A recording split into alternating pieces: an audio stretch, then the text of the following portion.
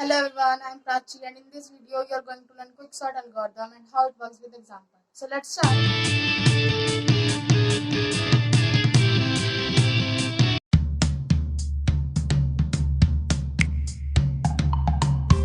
What is quicksort? Quicksort is a divide and conquer algorithm. It works by selecting a pivotal element from the array and partitioning the other elements into two subarrays according to whether they are less than or greater than the pivot. For this reason, it is sometimes called partition exchange sort.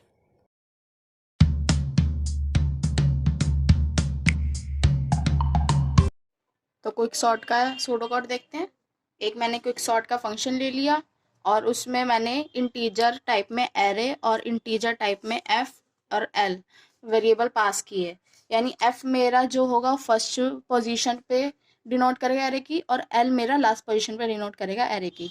फिर उसमें हमने और variables declare कर लिए और यो क्या होगा मेरा आई जे और पी। आई मेरा लूप के लिए, जे मेरा लूप के लिए और पी मेरी पाइवट वैल्यू स्टोर करने के लिए या पाइवट पोजीशन के लिए और टेम्प यानी टेम्परेरी वैल्यू स्टोर करने के लिए। इफ़ कंडीशन में हम चेक करेंगे कि इफ़ एफ मेरा अगर लेस देन एल है तो क्या करेंगे, आई में एफ डाल देंगे यानी कि जो मेरी एफ की पोजीशन होगी वो मेरी आई की भी हो जाएगी और एल को हम जे में डाल देंगे यानी कि जो मेरी एल की पोजीशन होगी वो मेरी जे की हो जाएगी और एफ को पी में डाल देंगे यानी कि जो मेरी एफ की पोजीशन होगी वो मेरी पी की भी हो जाएगी। यानी आई और पी की सेम पोजीशन पे होगी स्टार्टिंग से। फिर हम वाइल लूप लेंगे और उसमें हम कंडीशन चेक करेंगे वाइल आई लेस देन जे।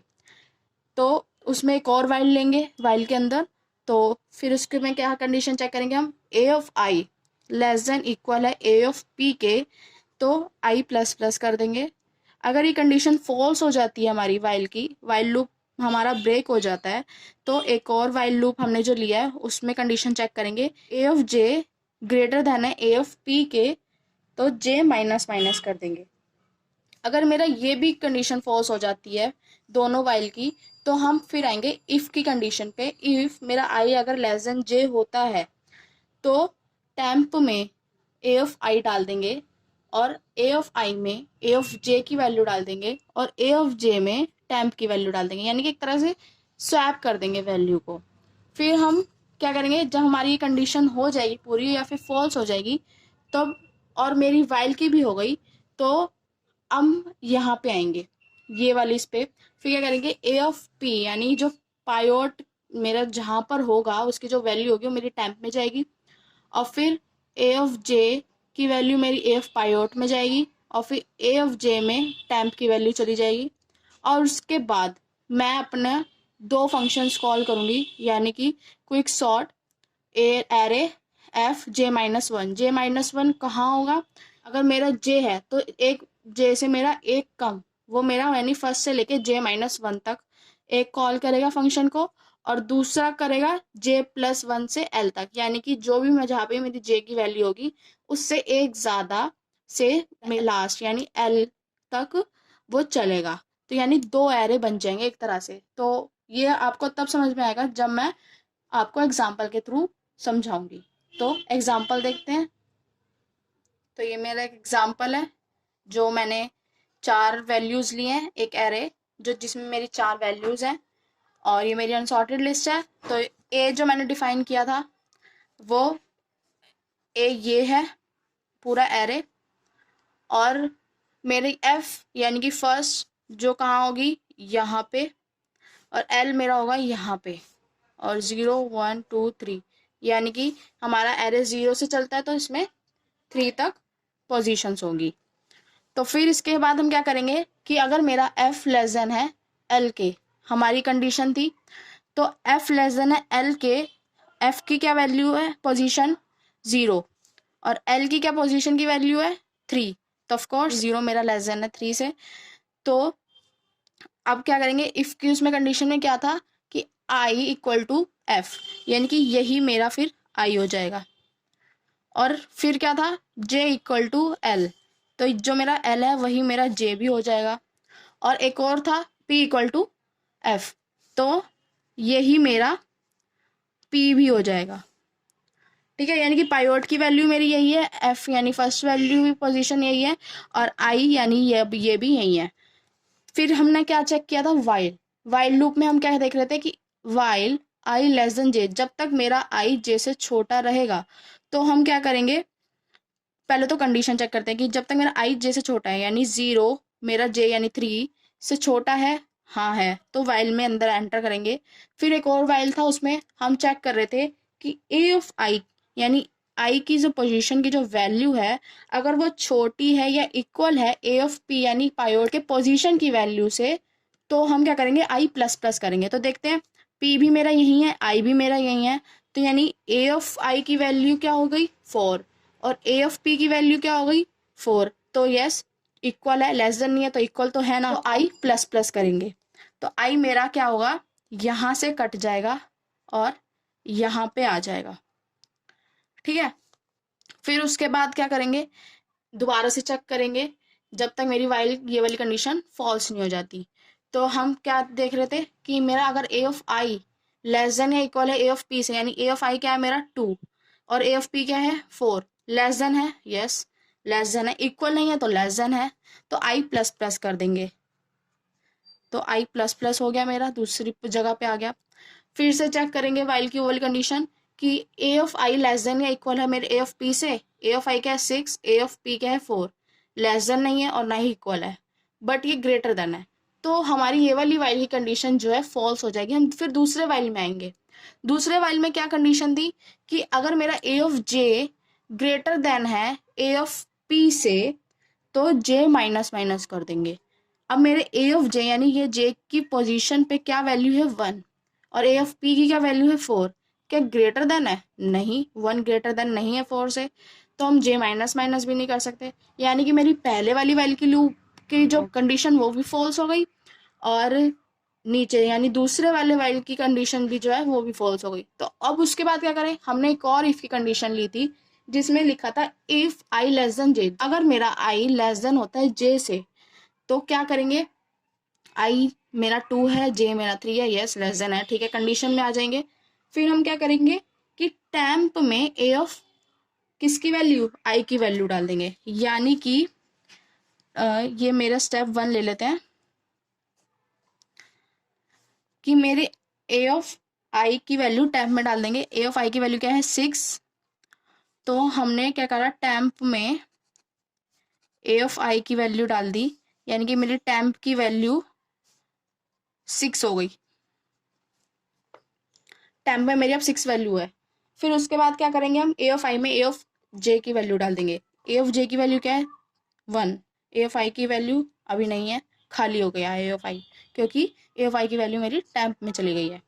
तो हम क्या करेंगे, ए ऑफ आई में ए ऑफ जे डाल देंगे, तो ए ऑफ आई में मेरा चला गया 1, ठीक है।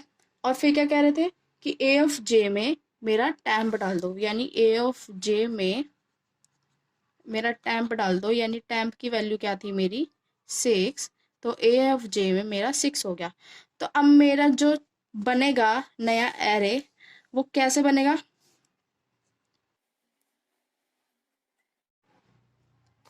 तो इसमें क्या लेंगे हम 4 2 6 की वैल्यू कहाँ जाएगी ए ऑफ जे में, और क्या कहते हैं ए ऑफ आई में क्या जाएगा मेरा ए ऑफ जे की वैल्यू, यानी कि ये यहाँ आ गया, ये मेरा एल इधर है, जे मेरा इधर है, और यहाँ मेरा आई है, और यहाँ मेरा पी है, और यहाँ मेरा एफ है, ठीक है। तो मेरा ये नया एरे बन के आ गया। अब इसके बाद अब हम इससे चेक करेंगे, इससे चेक करेंगे, तो फिर से देखते हैं वो जो मेरा वाइल था, मतलब इफ की कंडीशन थी वो हो गई पूरी। तो उसके बाद हम दोबारा से जाएंगे कि वाइल मेरा आई लेस देन जे है, हाँ है।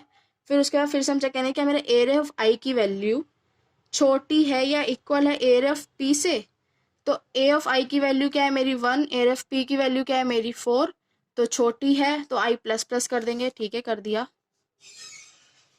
दोबारा से चेक करेंगे क्या मेरा area of eye area of P से छोटा है या इक्वल है, नहीं है, क्योंकि मेरा आई जो है वो मेरा 3 पोजीशन पे आ गया है, और 3 पे क्या है 6 वैल्यू, और पी की क्या है 4 वैल्यू, तो ये ग्रेटर देन है।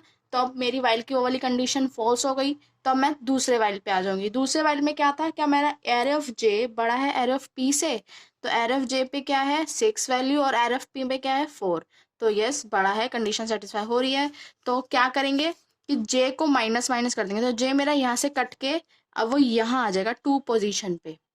ओके, फिर उसके बाद दोबारा से चेक करेंगे मैं एरे ऑफ जे बड़ा है एरे ऑफ पी से, नहीं, इस बार एरे ऑफ जे बड़ा नहीं है।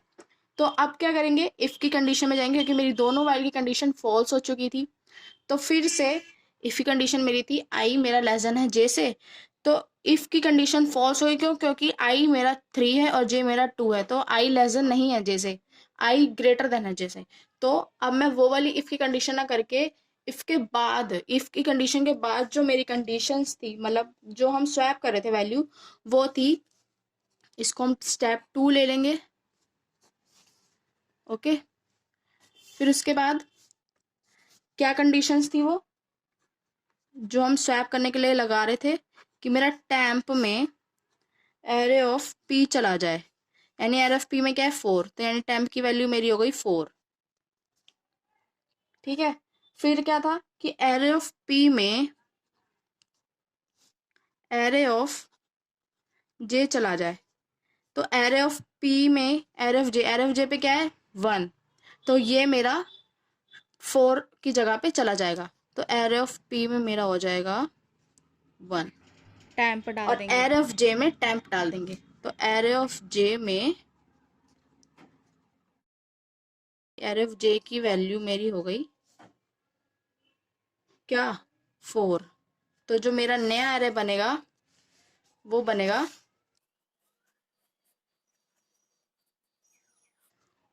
इधर क्या आएगा 1, इधर तो 2 ही रहेगा, इधर क्या आएगा मेरा 4 और इधर क्या आएगा 6।